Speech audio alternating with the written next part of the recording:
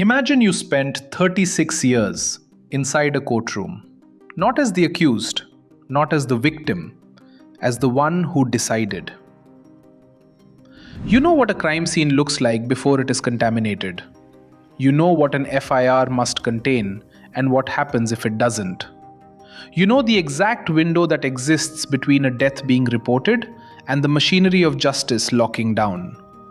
You know how anticipatory bail works, how post-mortem reports are challenged, how CCTV evidence gets contested, how reasonable doubt is constructed.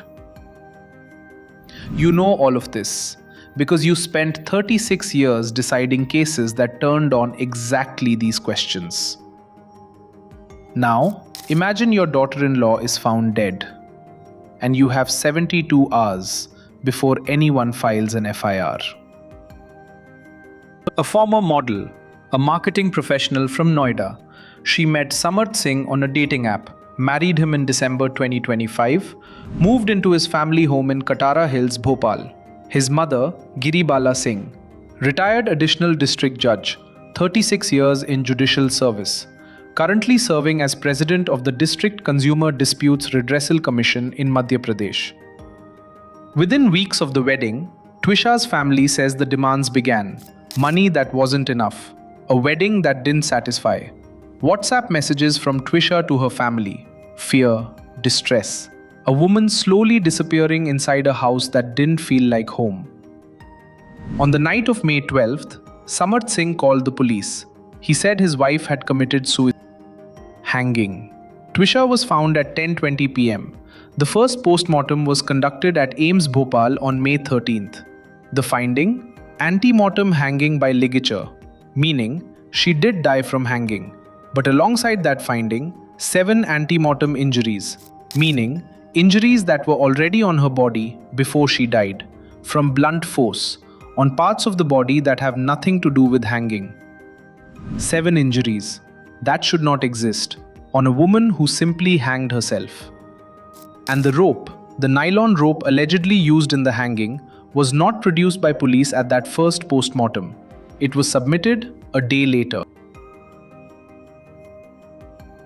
Now here is where the 72 hours matter. May 12th, Twisha is found dead. No FIR. May 13th, post-mortem conducted, rope missing. CCTV seized from the residence, no FIR.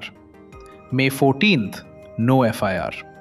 May 15th, FIR finally registered, 3 days after the death. Same day, Giribala Singh walks into a Bhopal Sessions Court and files for anticipatory bail.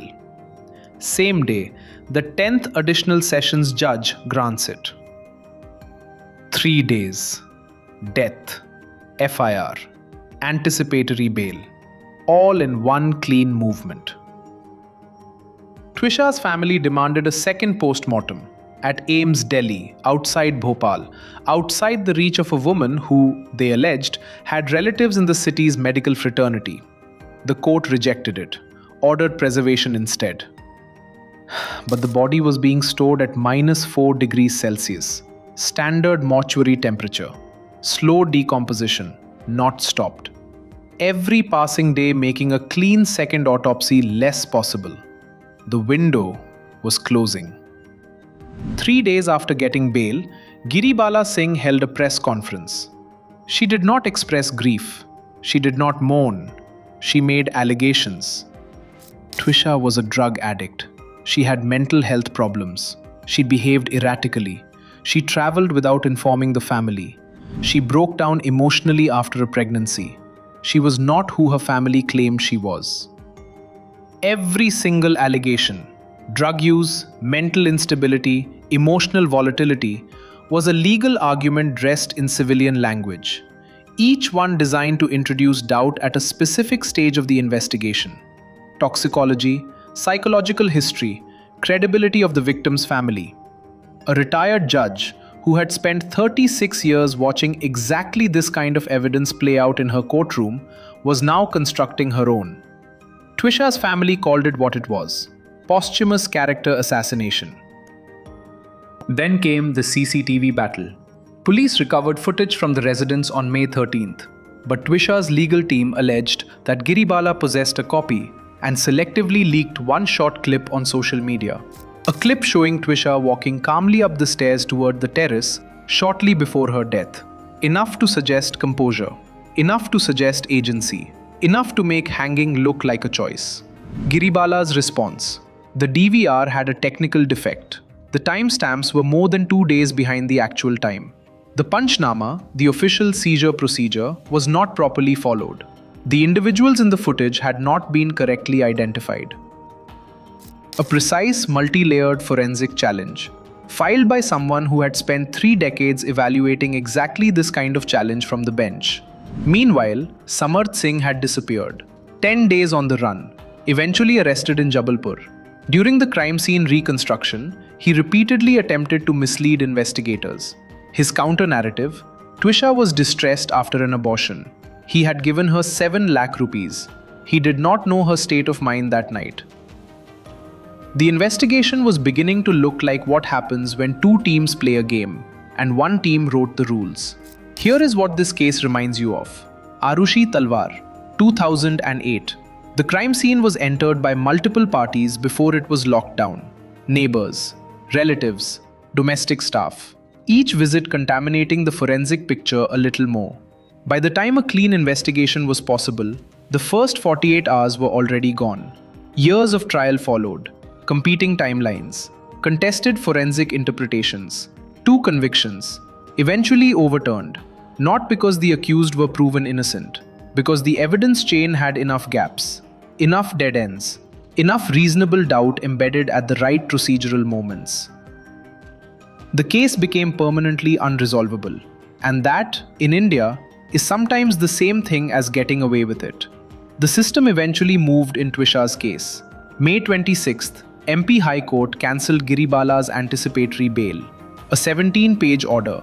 The court noted the 7 antemortem injuries, stated clearly that they could not have been caused by removing the body from the ligature or carrying it to hospital. The MP government confirmed it to the court. The injuries on her wrist, elbow and head suggest a scuffle or struggle before death. May 28th, CBI arrives at Giribala's residence. 6.5 hours. Arrest. May 29th, Bhopal court remands both Giribala and Samarth to 5-day CBI custody. CBI is now using what they call tunnel view reconstruction, CCTV, Wi-Fi logs, call records, smart device data, forensic mapping, rebuilding Twisha's final hours, minute by minute. The system worked, eventually. But the question is not whether CBI is in custody now.